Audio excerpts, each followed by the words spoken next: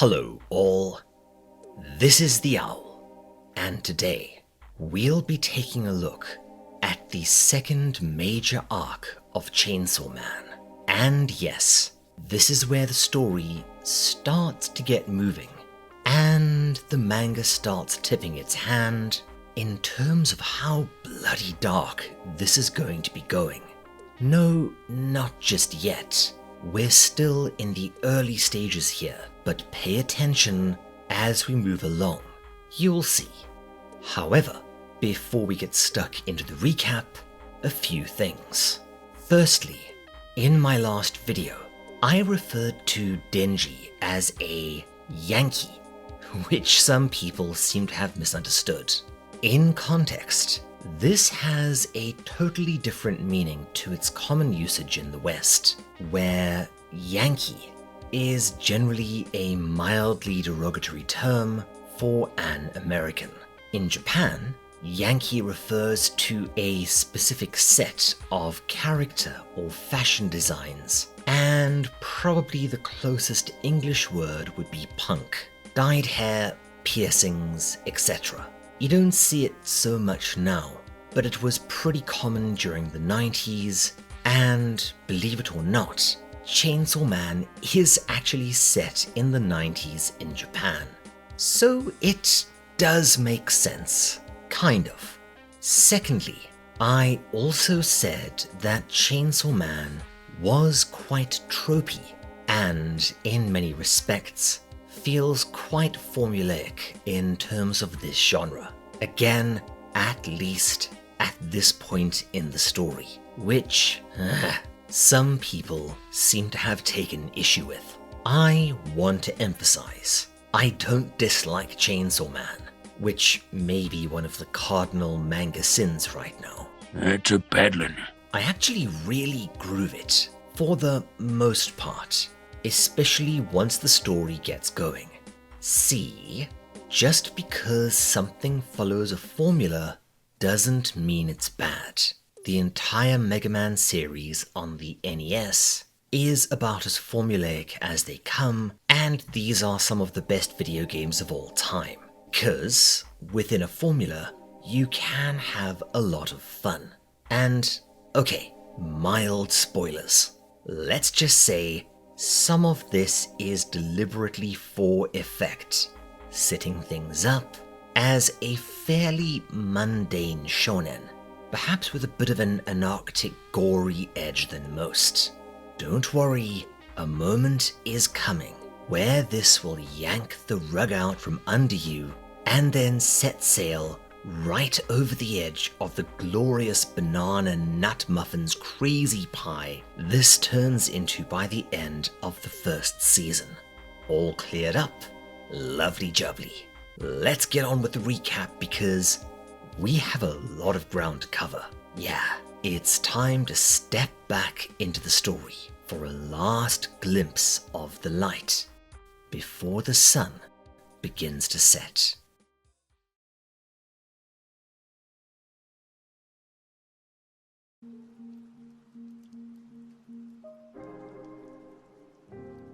Denji, our down-on-his-luck protagonist, is basically kept as a pet indentured servant by the Yakuza due to the debts accrued by his father, alongside his dog saw, the adorable devil Pochita. He hunts other devils for a pittance, living in abject poverty on the very edge of starvation. However, after he is betrayed and dismembered, Pochita fuses with him, becoming his heart, and he rises again as the kick-ass Chainsaw Man, wiping out the Yakuza and their zombie devil master. After this, he is recruited by a beautiful and enigmatic woman, Makima, to be a devil hunter in what is, from the get-go, a distinctly odd relationship, as she immediately informs him that he is going to be her pet. And sure enough, he comes to somewhat play the role of her dog. Yes, there is quite a strong pet dog theme running through this manga. And all of you that perked up at the sound of this get a well-deserved bonk. And please, stop barking at her, VA. Yes, I'm serious.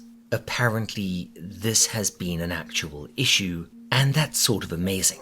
Over time, we learn a bit more about the world and its features. Devils are rather commonplace, ranging from pathetically weak ones like the tomato and sea cucumber devils to far more dangerous ones, like the bat devil. See, devils are born with a name, and the more fear that name, or whatever concept informs it, conjures up, the stronger that devil is. Denji, in turn, meets his teammate and squad leader, Aki Hayakawa, an enigmatic and troubled man who hunts devils as a specific but yet unnamed devil murdered his entire family. He is imbued with the ability to conjure a demonic fox's head to devour his enemies. Denji also meets Power, a brash, crude, selfish, abrasive, and bloody entertaining woman who just so happens to be a fiend, a corpse possessed by a specific devil. In her case, the Blood Devil. Nifty. For the time being, she slots into the cast as the wild card, at least for now. Power persuades Denji to help her retrieve her beloved cat from a devil that took it captive by offering him the chance to touch her, shall we say, upper lady bits, but quickly double-crosses him and attempts to feed him to the Bat Devil before being betrayed in turn. Well, you were certainly asking for that one. Denji, however, is able to defeat the Bat Devil without too much difficulty, but is then confronted by the Bat Devil's partner, the Leech Devil, she of the 9-inch nipples. Good lord, son, there should be a mandatory retirement age for strippers. Who takes advantage of the big weakness of the Chainsaw Man transformation. Using it causes Denji to rapidly lose blood, and once a certain level has been hit, the transformation deactivates and becomes impossible to reactivate fully, at least until he's healed. After a brief scuffle, the Leech Devil impales him before being destroyed by Aki.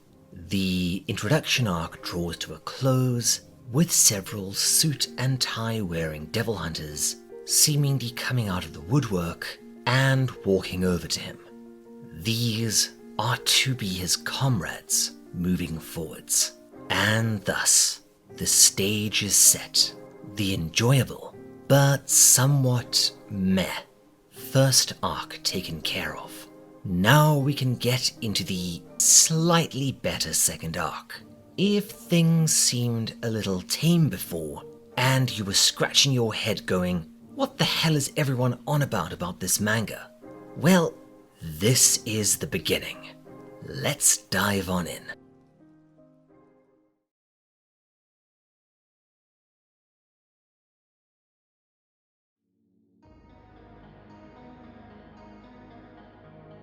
We rejoin the now conscious Denji in bed at Aki's apartment. His arm has been reattached and the wound in his stomach has closed. So I guess we can add regeneration to his power set. Yeah, our protagonist is going to be pretty hard to kill, which is going to come in handy. Aki tells him that this makes him seem more like a devil, and explains a little bit about his own totally bonkers power set. And believe me, this is only the start of it. See, apparently, devil hunters generally make a contract with devils for combat abilities, allowing them to fight other devils. And all of this comes with a price. In Aki's case, he has to feed the fox devil parts of himself. For example, the last summoning cost him a large portion of skin. Lovely. Although, yeah, is the fox devil really this powerful? And if so, how? Are there really that many people scared of foxes? Okay, if I were to stretch it, it might be that in Japan, foxes have historically been mythologized as powerful, capricious trickster spirits, and occasionally bad omens. But I don't know, maybe this will be explained later on.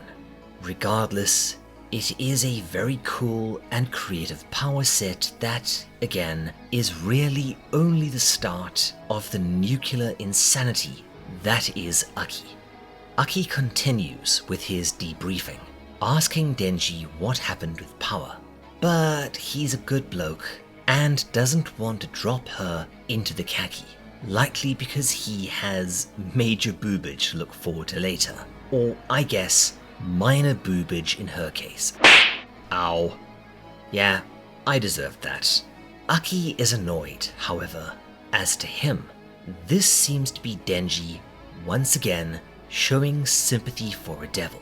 We also see a bit of Aki's inner monologue. After interviewing them, several people are grateful for Denji saving them, but the dude from the ballistic car is pissed because Denji said he didn't care about him whilst using his vehicle as an improvised projectile. Aki tells Denji that if he wanted to, he could easily have both him and power executed. But if Denji is willing to play ball and listen to his instructions, he won't. He also says that, he stands for social justice. I'm actually very curious on the original Japanese here. Like, are there activists fighting for devils' rights in this universe? Yeah, there are too many jokes to be made here, but most of them would be in really bad taste, so let's move along. Denji responds by telling Aki not to worry about him. His goals may not be as grand or as noble as theirs are, but he still does take them seriously. I actually really like these two already. Aki is an intriguingly mysterious character, and Denji is clearly having fun winding him up. This is what I mean by Chainsaw Man being formulaic. Yes, right now, but still doing some pretty damn great stuff within this formula. I mean, we've seen this dynamic before. The uptight rival / boss character and the rough around the edges main character. But here, they don't hate each other, and there's only minor dick wagging.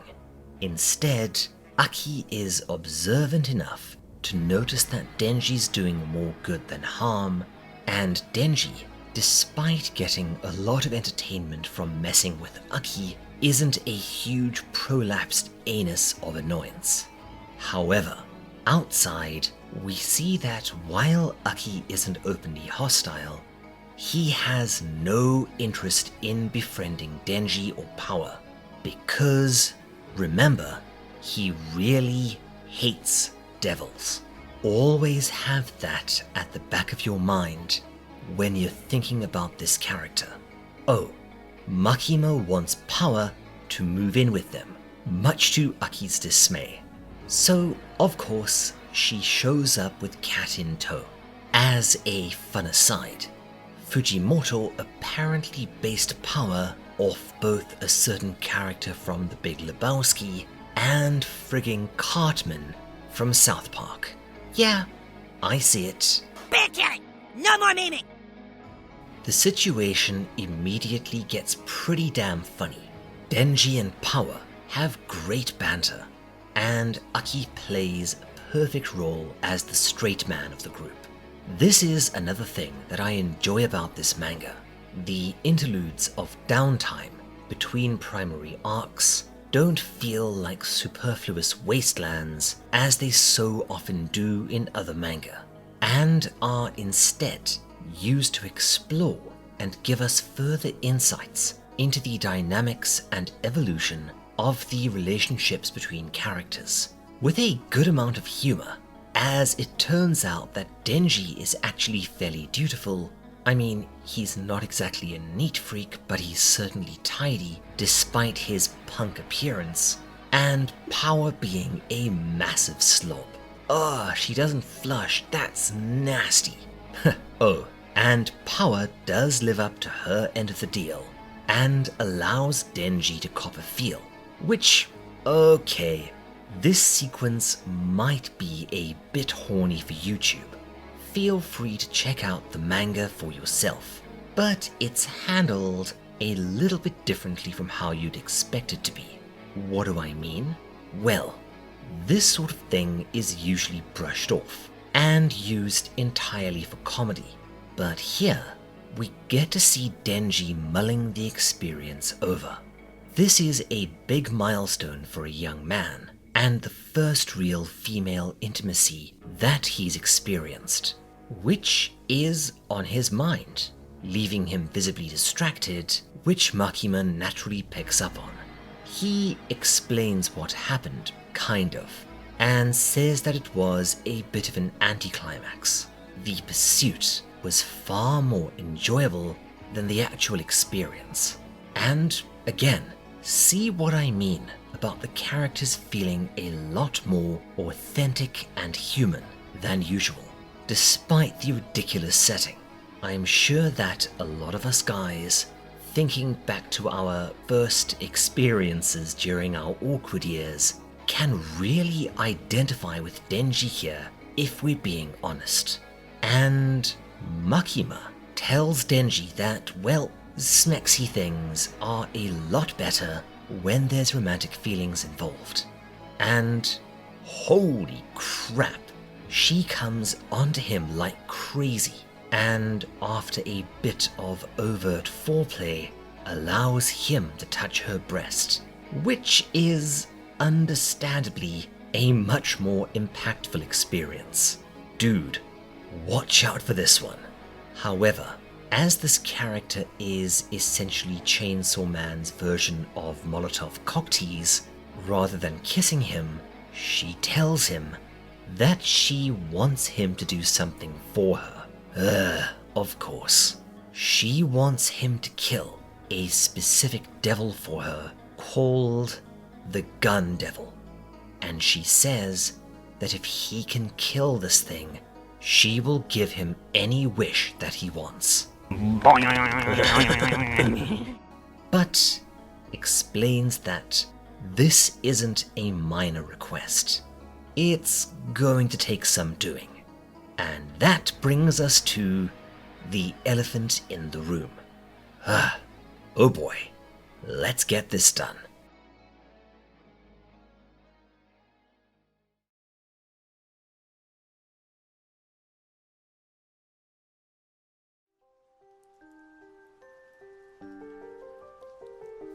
Makima goes on to explain a bit about the infamous Gun Devil, which is going to be a massive plot point moving forwards.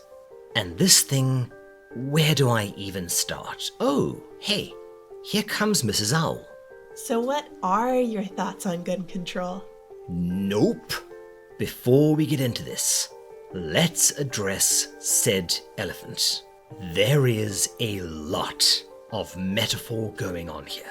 While the story does go into some pretty topical places with this concept, I am not going to delve into the political debate around guns and gun control and what have you. I want this to be a fun channel, so I am going to put that one into a little box. I am then going to lock said box and put it on a shelf. That is where it is hopefully going to stay.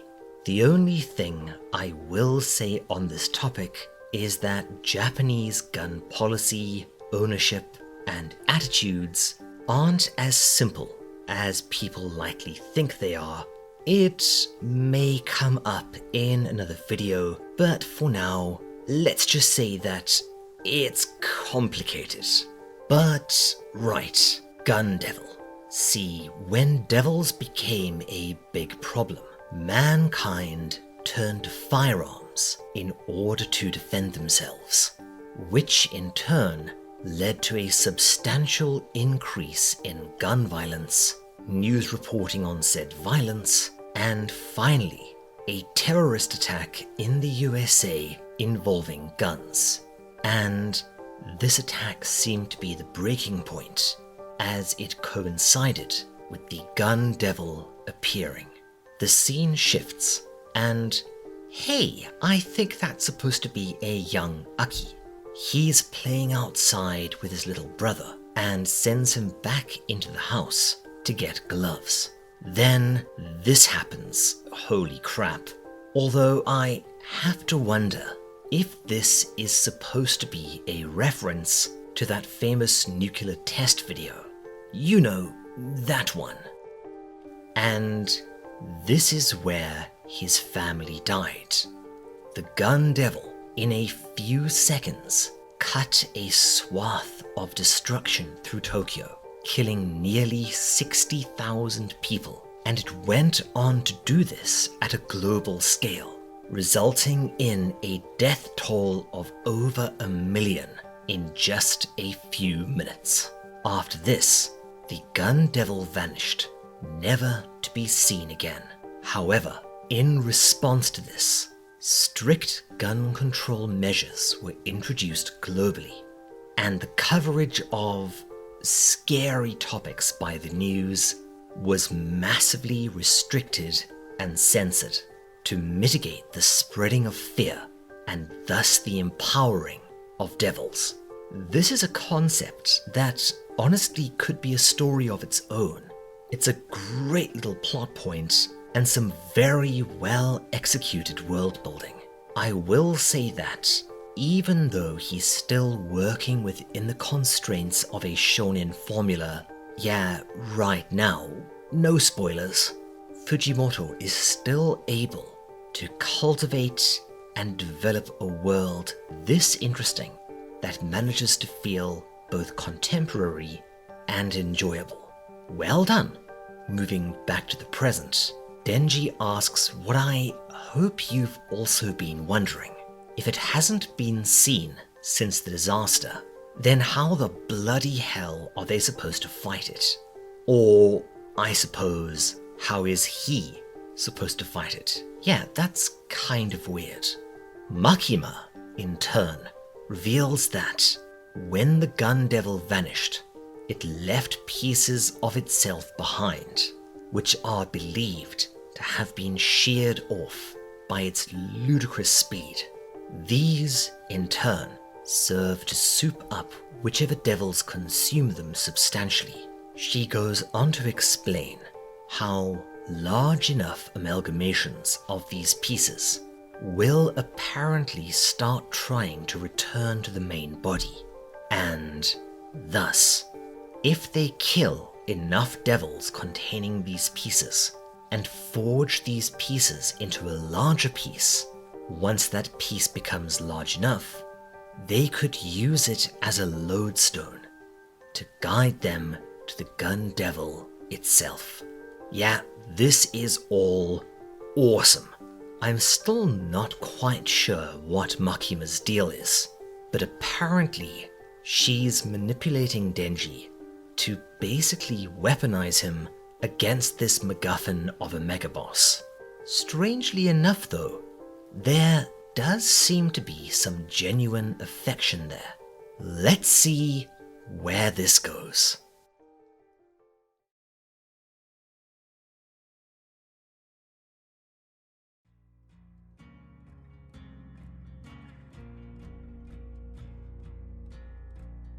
We see Aki and another character, a slightly older looking woman wearing an eye patch, who we later learn is called Himeno.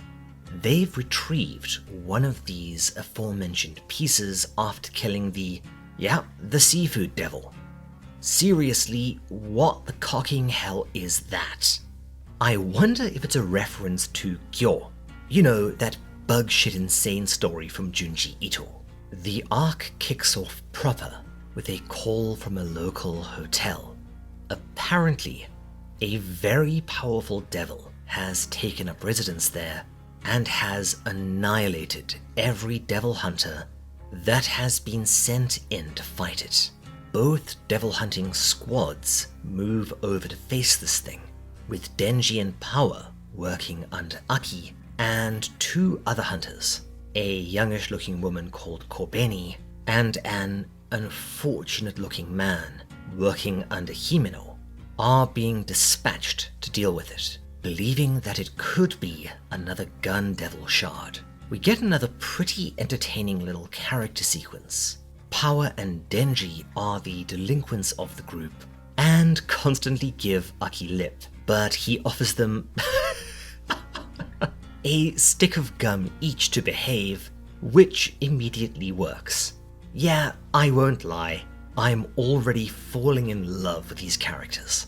For additional incentive, Himeno offers whoever kills this devil a kiss on the cheek, which Denji, in a perfectly executed example of teenage love, publicly declines, claiming that he's in a relationship, or at least he believes to be in one. In response, Himeno ups the ante, offering to French him if he is the one to kill said devil. And yeah, that was pretty damn effective. It actually reminds me of something. One aspect of Denji's design, his teeth, give him a certain aesthetic that I've always liked. Although I can think of maybe 1 or 2 other male protagonists with the sort of shark teeth look. It's usually something you see on female characters, and I've always wondered why this is so popular. My best guess is that the pointy teeth girl thing is a continuation of the Yaiba trope, where crooked or unusual teeth are considered by Japanese men to be quite attractive on a woman, as it implies youthfulness, which would make using it on Denji a clever subversion of the Yaiba trope. Although, as always, I could be talking directly out of my arse.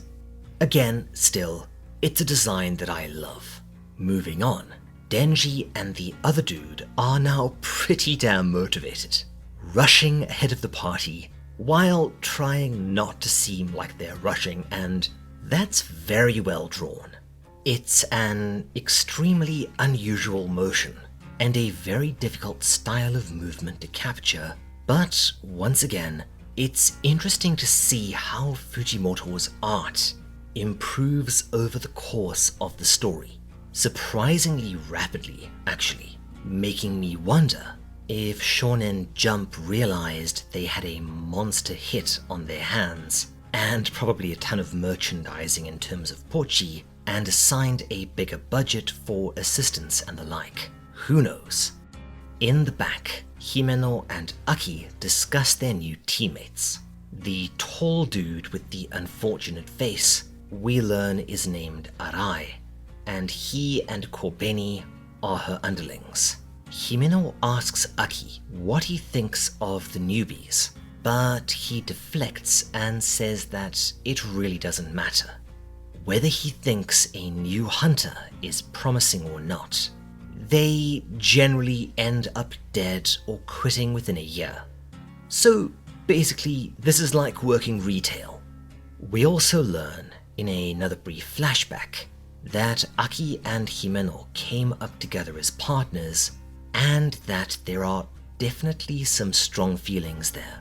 Eventually, the party arrives at the devil's location. They open the door and are greeted by, what the hell is that thing?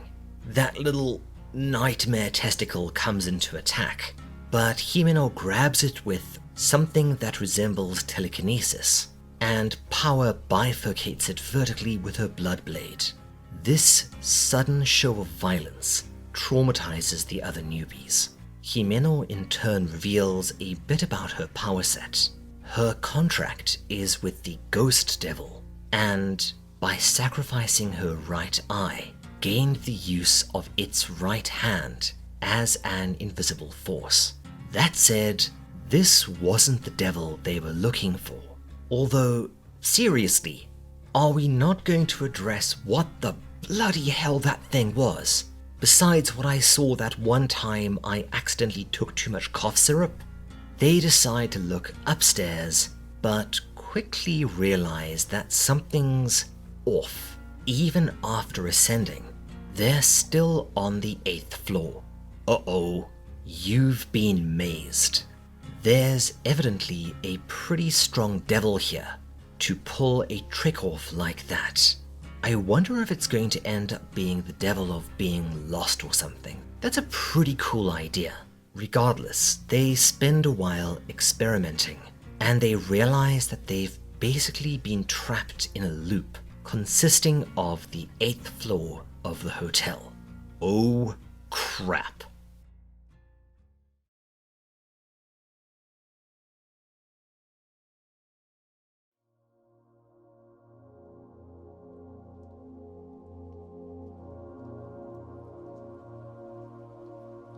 As the party settles into their new reality, we get a bit of backstory on the other two. Kobeni became a devil hunter to help support her family and send her brother, the only male in the family, to university. And yes, there's some cultural stuff going on here, but it's a bit complicated and I don't know enough about it to speak authoritatively on it. So we'll skip it for now. Aki reveals that their situation is worse than they initially thought. It appears that they've been frozen in time as well as in location, meaning that they won't be rescued, as chances are no one will even notice they're missing. Denji's reaction to this is, yeah, okay, that's actually really funny. He sees this as a chance to finally rest and sleep as much as he wants.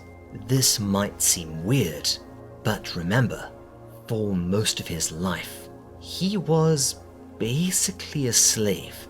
Again, well-written and consistent characters are fortunately a staple of this story. When Denji wakes up, Himeno tells him that other party members are starting to break down.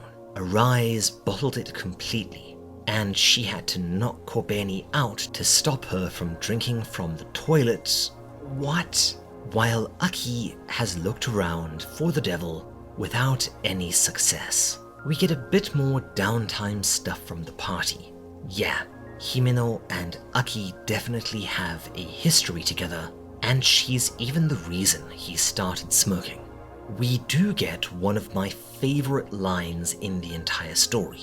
Himeno tells Aki that the most powerful and feared devil hunters aren't the strongest or the bravest. The ones that scare the absolute khaki out of the devils are the hunters that are more than a little unhinged. See, nuttier than squirrel crap. That's such a good line. Aki, in turn, lets them know that they've got a real problem here. That thing they killed, yeah, I'd love to know what the hell is up with that, has somehow resurrected and mutated into this Resident Evil monstrosity. Yeah, this is one of the few panels where the colorization I think is a bit of a step back from the original. But I don't know, I guess I just don't like the purple. This strange creature approaches them and speaks, telling the hunters that it's willing to make a contract with them. If they kill Denji and feed him to it, they will be set free. But, why Denji? As Volume 2 draws to a close, we see that Kobeni is, amenable to this idea and approaches Denji wielding a butcher's knife. Oh hell.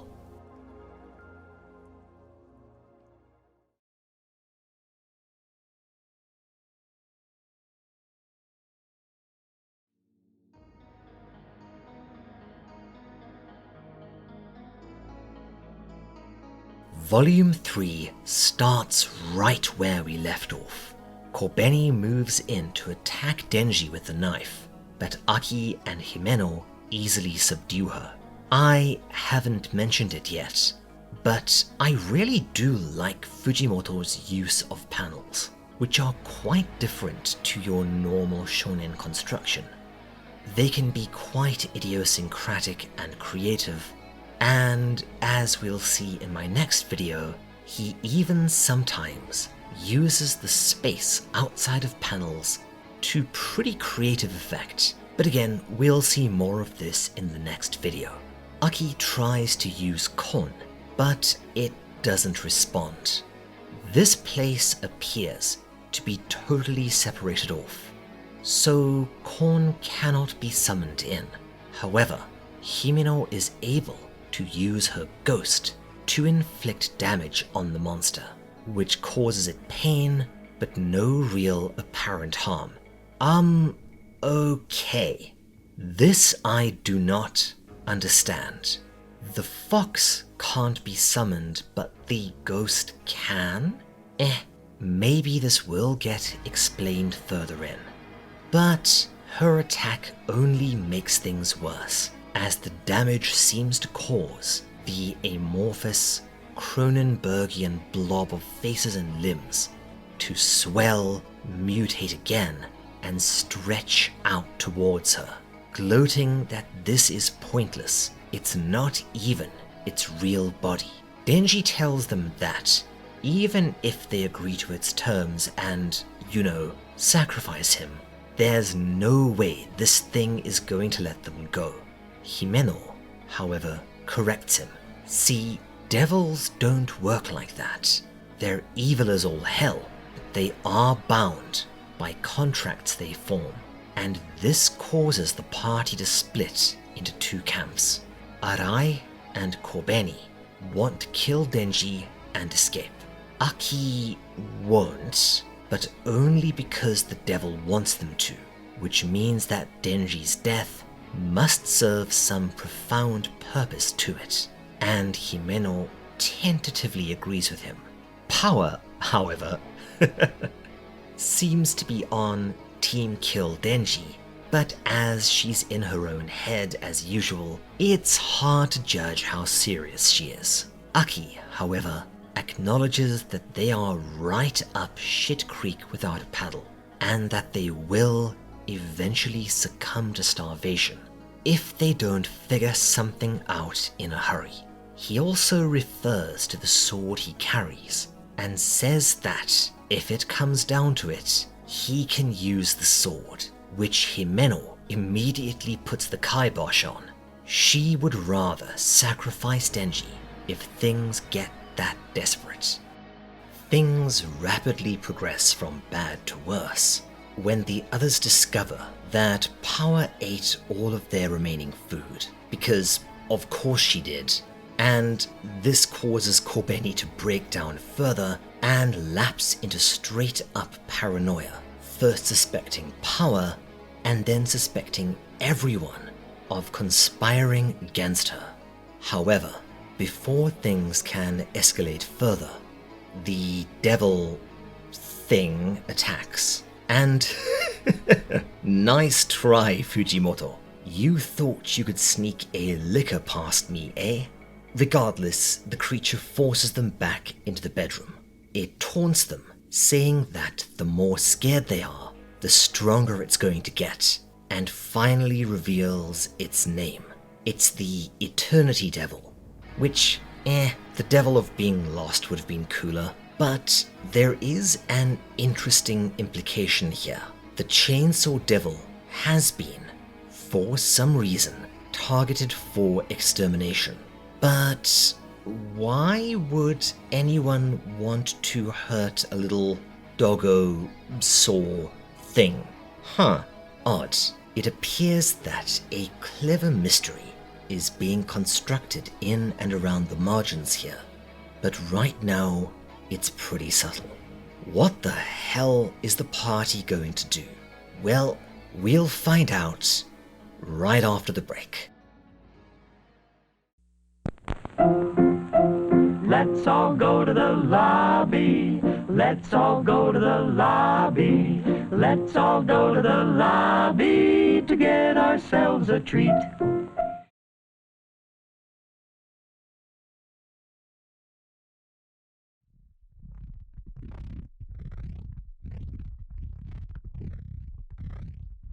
We cut back as things continue to worsen.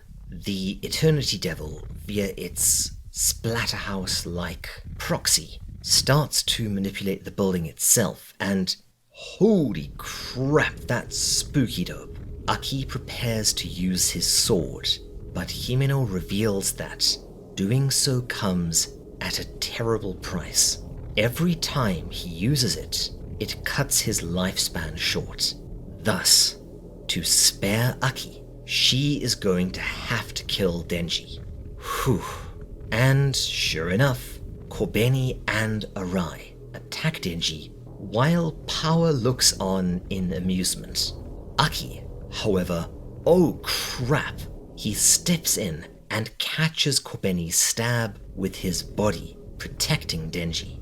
And he tells them that he cannot let Denji die. Even though he despises him, he needs Denji to help them fight the Gun Devil. Again, Fujimoto is setting up some interesting stuff on the margins, and unless you're paying attention, you probably aren't even noticing it. Why is everyone so concerned with a poor kid that's fused with, yeah, let's be honest here, a pretty sweet marketing design? Keep this one in mind as we move forwards. We won't be getting answers soon, but the answers we will get are pretty damn cool. Power reluctantly uses her blood control to stop Aki's bleeding.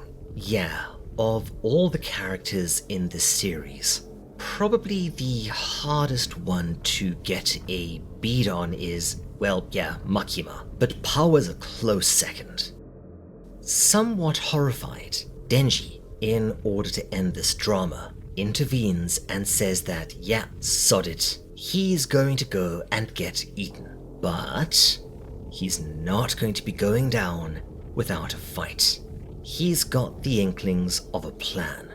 There must be some reason why Spooky Pants down there is so worried about him. Otherwise, it would have attacked him directly instead of trying to manipulate his teammates. He also reminds Himeno that if he manages to kill this damn thing, he is going to be holding her to her deal. He goes on to explain when she used her ghost to attack it, she was able to inflict both damage and pain on it. So, what happens if he goes full Doomslayer and starts ripping into it with his chainsaws?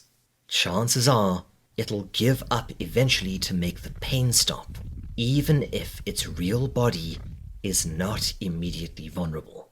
Power approves of this pretty damn sinister plan. Denji pulls the cord, leaps down, and the jaws snap shut around him as those above look on in horror.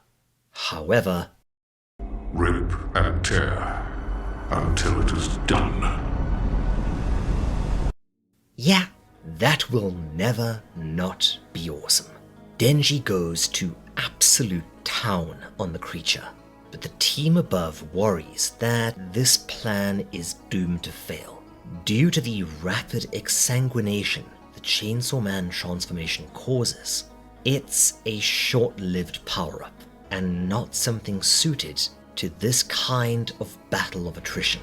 We also get a few more hints as to the gradually developing mystery, as Eternity claims that the Chainsaw Devil is much weaker than it once was.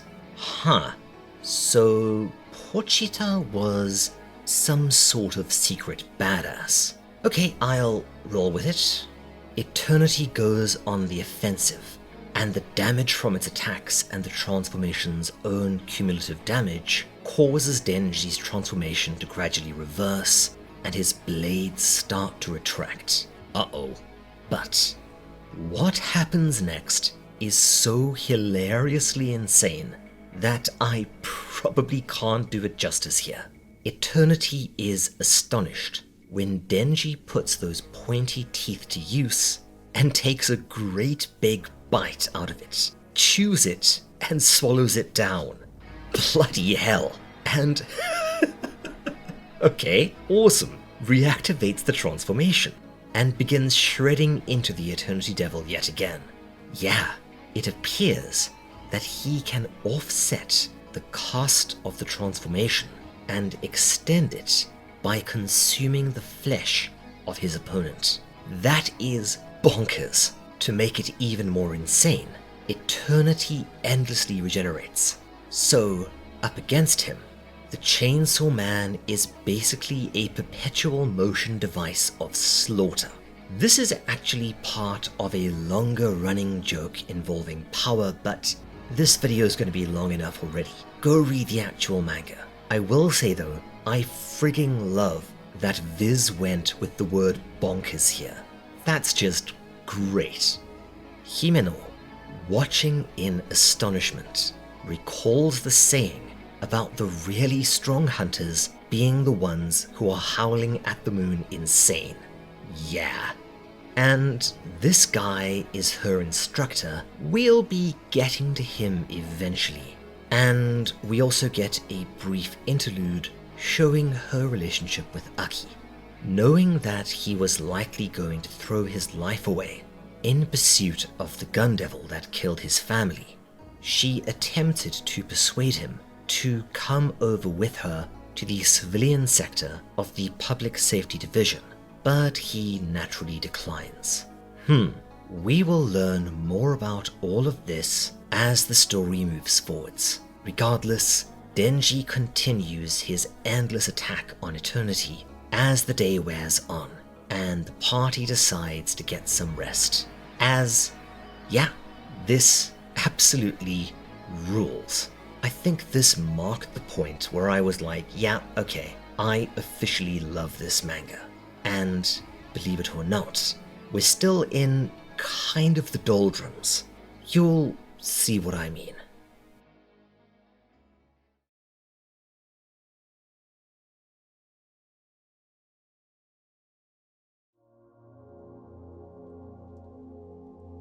Three days later. Holy crap, that is insane. Denji is still hard at work and weak with hunger and thirst. The team appears to be conserving their energy. Denji, however, is having the time of his life. And, sure enough, his plan works. The Eternity Devil straight up gives up and reveals its core to make him stop. Well done, mate.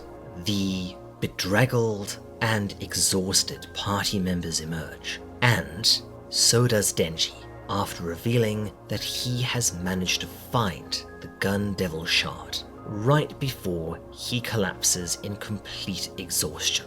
Welp, he's been ripping and tearing for the past 3 days straight.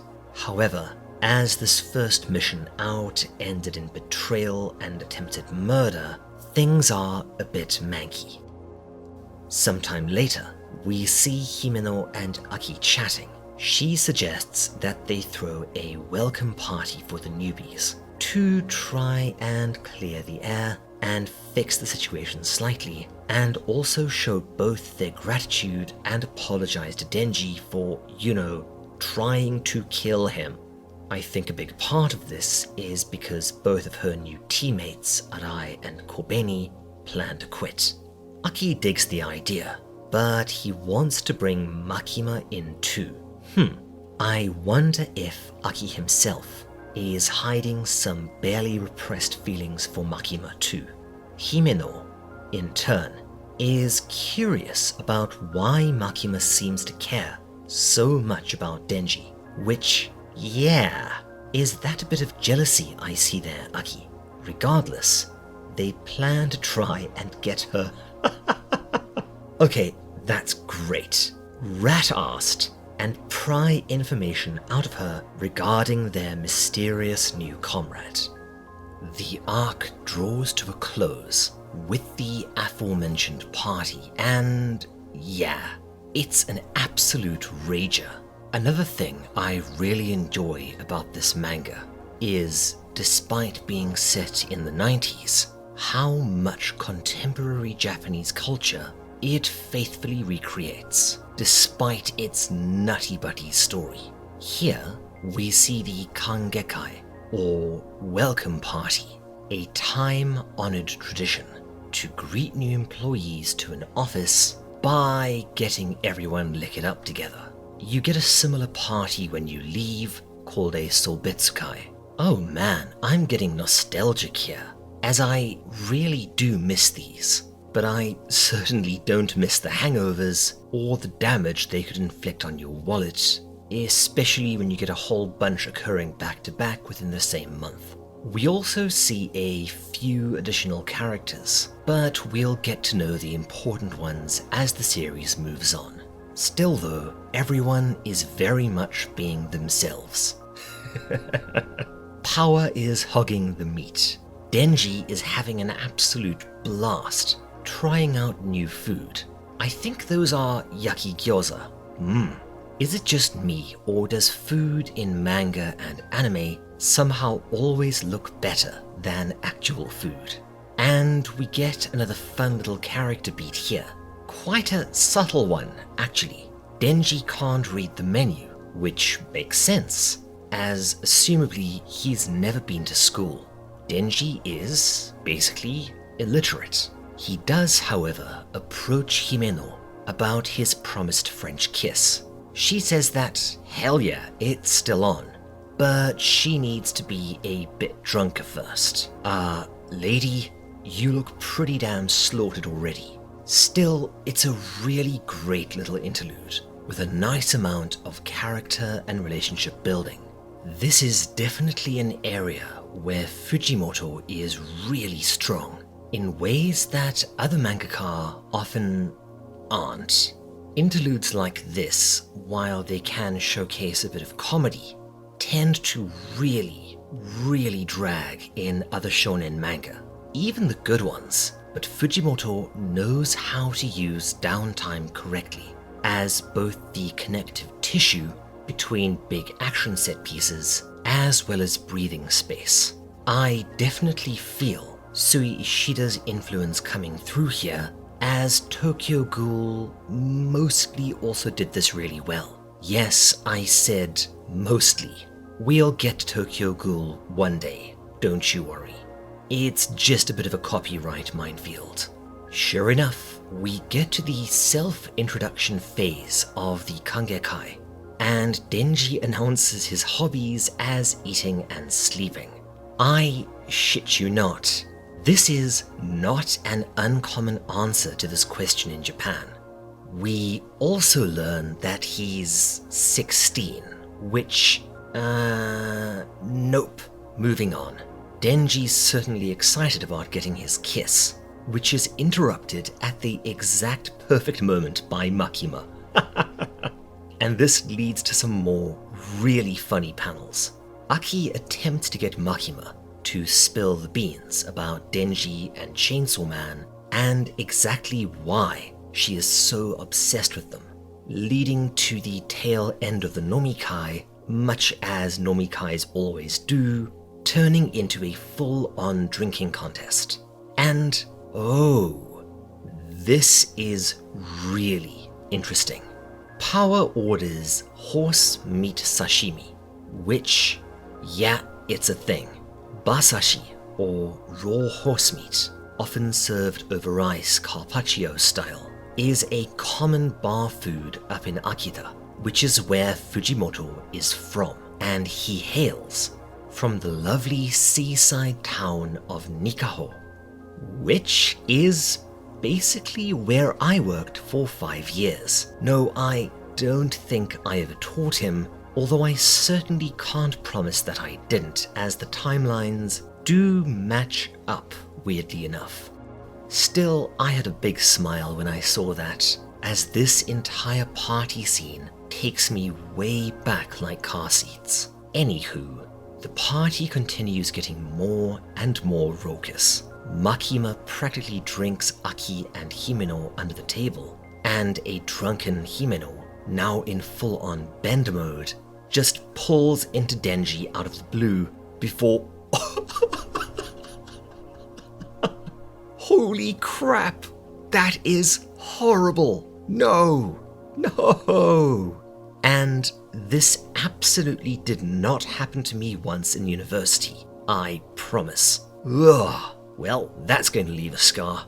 And as everyone makes their way home from the party, probably walking in little circles, I think that's a perfect place to leave off. Next time, well, let's just say the real meat and potatoes. I mean, real puke and potatoes. I mean, holy crap, that was horrible. The plot really gets moving. And this is where things start to get a bit dark, as the story shifts gears and the gradual transformation from pretty damn good shonen into, well, Chainsaw Man truly begins. That will have to wait until next time. Before we finish, I want to give a massive thanks to Astrixic Gaming, Rage Against My Hairline, Cheerful Satanist, Bourie, Say Rory, Robert Dote, XTC Pill, Jacob Ramsey, Rafferty, Piece of Yeast, and Crazy, my amazing patrons. If you enjoyed this video, why not stick around? Part 3 will hopefully be out next week, and I'll also be doing the next part of my Maiden Abyss game series soon, as well as our Halloween special, which, yeah, is going to be a banger. If you want to help myself and Mrs. Owl out, you could always head over to our Patreon. And if you want to chit-chat or give feedback, the Discord is growing nicely, and it's already a ton of fun. Cheers, my friends, take care, and I'll see you next time. For now, this is the Owl, signing off.